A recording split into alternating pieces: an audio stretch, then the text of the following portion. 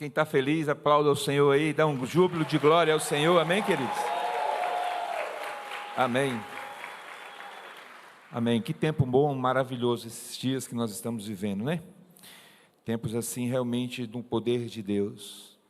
Eu queria, nessa noite, compartilhar um pouco com vocês, como o pastor Eri mesmo falou, né, o que Deus fez na minha vida. Mas antes, eu quero falar um pouco sobre esse tempo que nós estamos vivendo, esse tempo de festa, né? Esse tempo de carnaval, esse tempo onde existe mortes espirituais e mortes materiais, né? Mas muitas mortes espirituais, né?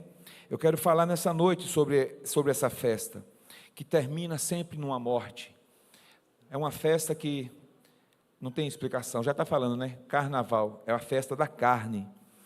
E eu quero ler com você, lá em Daniel 5, do 1 ao 5, que fala assim: o rei Belsazar deu um grande banquete a 1000 dos seus grandes, e bebeu vinho na presença dos 1000. Havendo Belsazar provado o vinho, mandou trazer os vasos de ouro e de prata, que Nabucodonosor, seu pai, tinha tirado do templo que estava em Jerusalém, para que bebessem por eles o rei, e os seus grandes, as suas mulheres e suas concubinas. Então trouxeram os vasos de ouro que foram tirados do templo da casa de Deus, que estavam em Jerusalém, e beberam por eles o rei, os seus grandes, as suas mulheres e as suas concubinas. Beberam vinho e deram louvores aos deuses de ouro, de prata, de bronze e de ferro, de madeira e de pedra.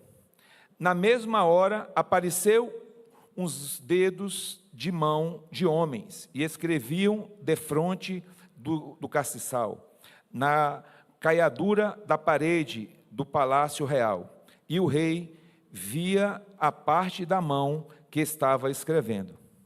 Queridos, a Bíblia aqui nos fala da Babilônia. A Babilônia, onde era um grande império que era governado por Nabucodonosor, que era um homem que conquistou muitas terras, ele acumulou muitas fortunas, era um homem que a palavra fala que ele era poderosíssimo, que ele era muito grande. Mas esse homem, ele tão poderoso, ele exaltou, o seu coração cresceu, e ele começou a exaltar outros deuses, e o Senhor tirou dele tudo o que ele tinha. E a palavra fala, quando você for ler a história, que ele, além de perder tudo, ele passou a viver com os animais, ele comia com os animais.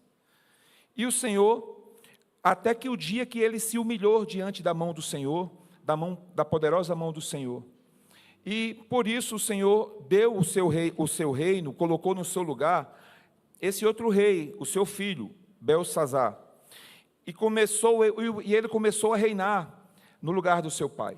Mas esse filho do Belsazar, esse rei, ele não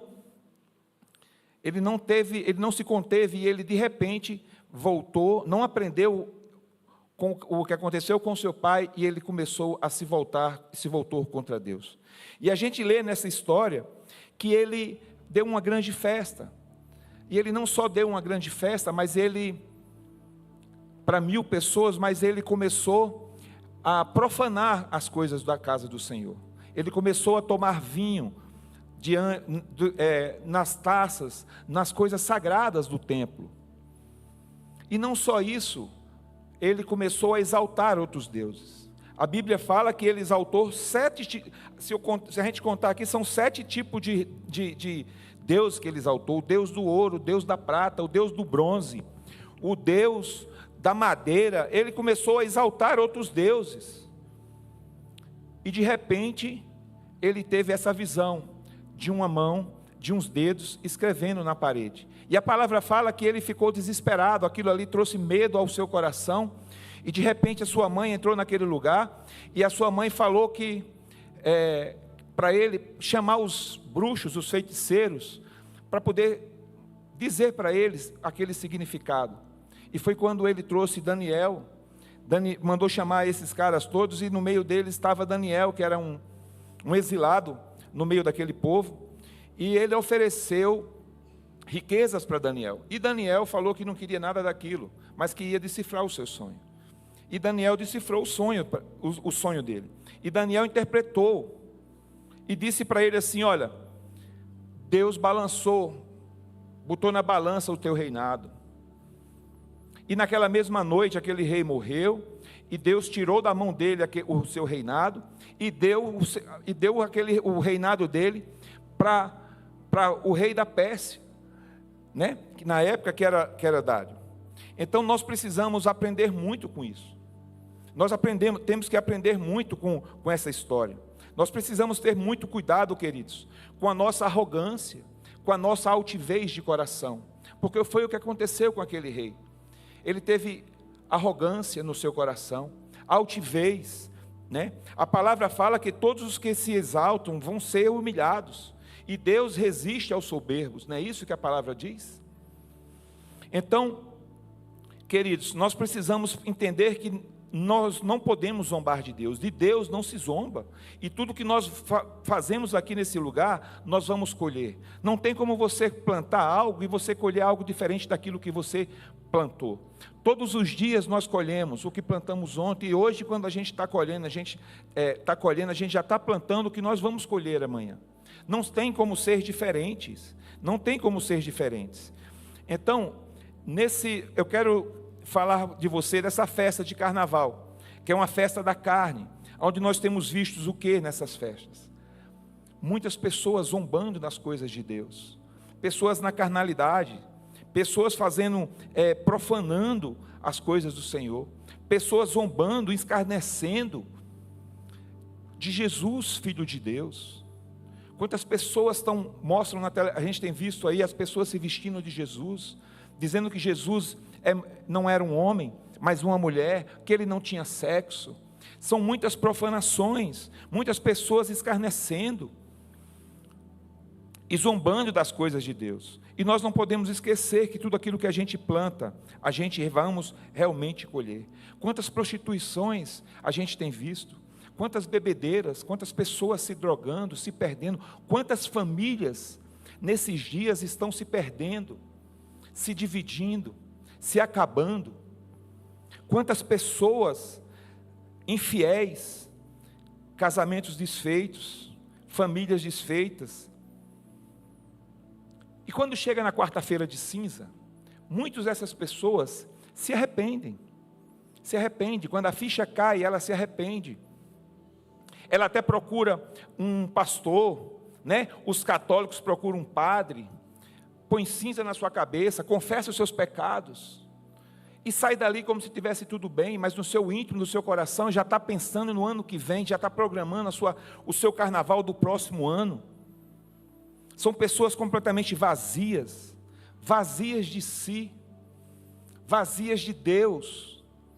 Queridos, e é sobre esse vazio que eu quero falar com você nessa noite. É sobre esse vazio que existe nos corações, que eu quero falar com vocês nessa noite. E eu quero dizer para vocês que eu cheguei nessa igreja há 19 anos atrás, setembro de 2006, e eu cheguei com esse vazio no meu coração. Eu cheguei nessa igreja, caí de paraquedas, porque como bem o pastor ele bem disse, eu morava a 55 quilômetros daqui, e eu cheguei nessa igreja, e resolvi ficar para um culto, e eu não gostava de louvor, e eu quero te dizer que no meio de um louvor, o Senhor entrou no meu coração, e começou uma transformação na minha vida, uma transformação por completo. A minha esposa, ela era de uma outra igreja, e quando isso aconteceu comigo, ela obediente foi, e a mulher sábia edifica a sua casa, não é isso que a palavra diz? E ela veio para ficar na igreja comigo. Meus filhos tinham, na época, era 8, 7 e 6 anos. E o que aconteceu? O Senhor começou uma obra na minha vida. E aqui nessa casa, eu fui ensinado. E aqui nessa casa o Senhor me transformou. E aqui nessa casa o Senhor cuidou e tratou do meu casamento. E aqui nessa casa o Senhor cuidou dos meus filhos. E todos eles hoje são um homem e 2 mulheres de Deus, temente ao Senhor. Mas porque um dia eu vim aqui como você está aqui, e abri o meu coração para que ele entrasse. E na hora que ele entrou, eu me desarmei e me entreguei a ele. Porque só quando a gente se entrega ao Senhor é que ele entra, porque esse Deus, ele é tão maravilhoso, que ele é um Deus que ele não invade, que ele nos dá o livre-arbítrio, para que a gente possa decidir, para que a gente possa ser livre. Quantos estão no mundo pensando que são livres, mas são presos ao vício, presos à droga, presos aos problemas das suas casas, dos seus casamentos, são presos às coisas, ao dinheiro, ao seu trabalho, e não sabe o que é um verdadeiro ser livre no Senhor. Queridos, eu era uma pessoa extremamente vazia de tudo, mas eu tinha muitos recursos, eu achava que eu tinha alguma coisa.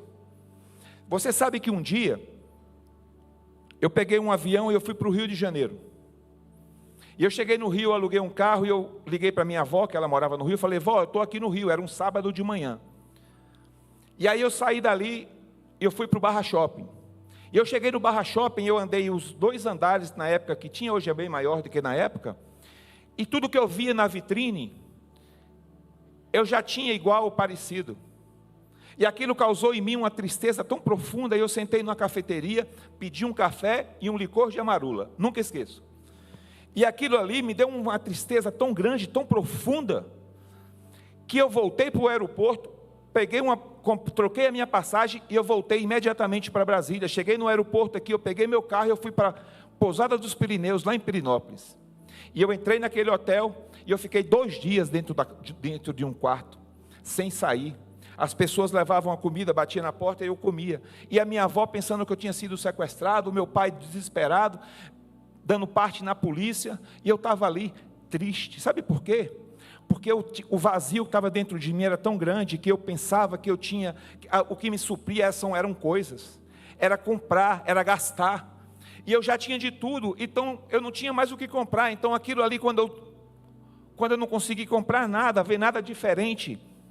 E quantos sentem esse vazio, e sentem isso que eu senti naquele dia, e vão se encher de drogas?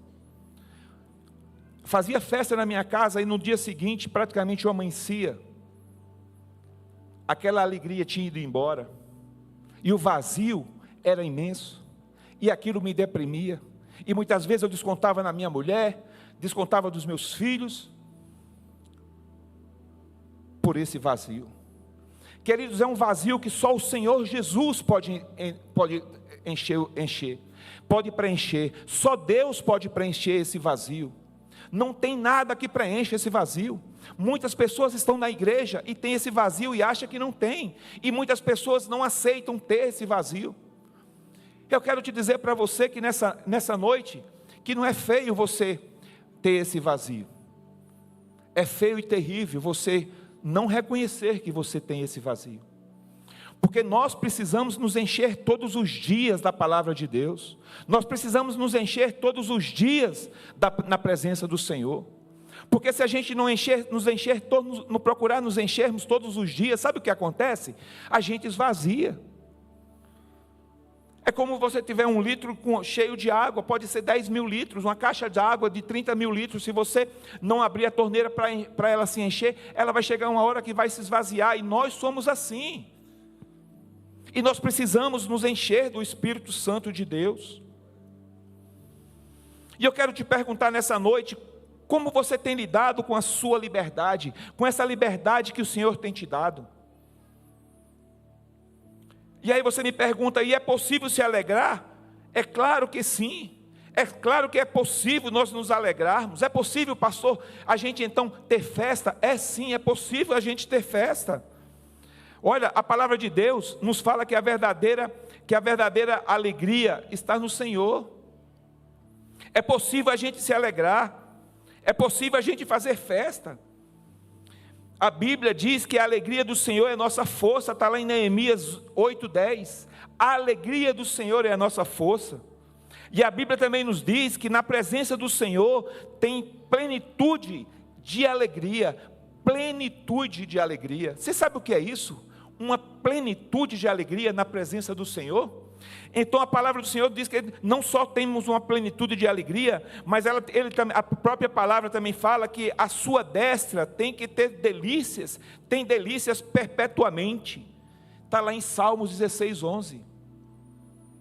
Delícias perpetuamente.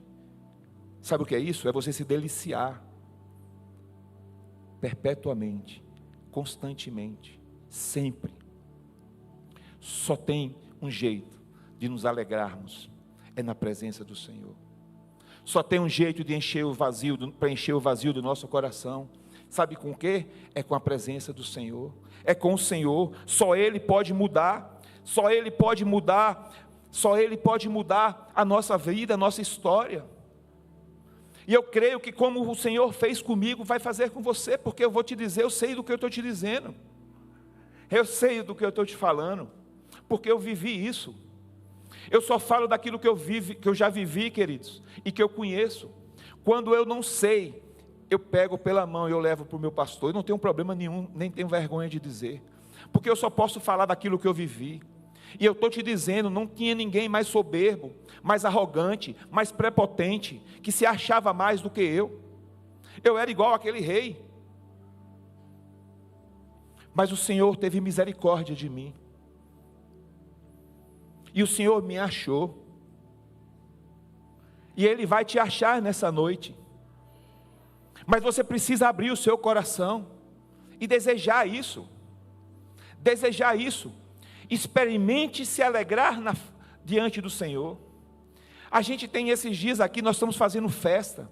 Festa de alegria, com alegria. Festa, você olha e vê as pessoas felizes. Festa que é uma festa permanente, uma festa sem culpa.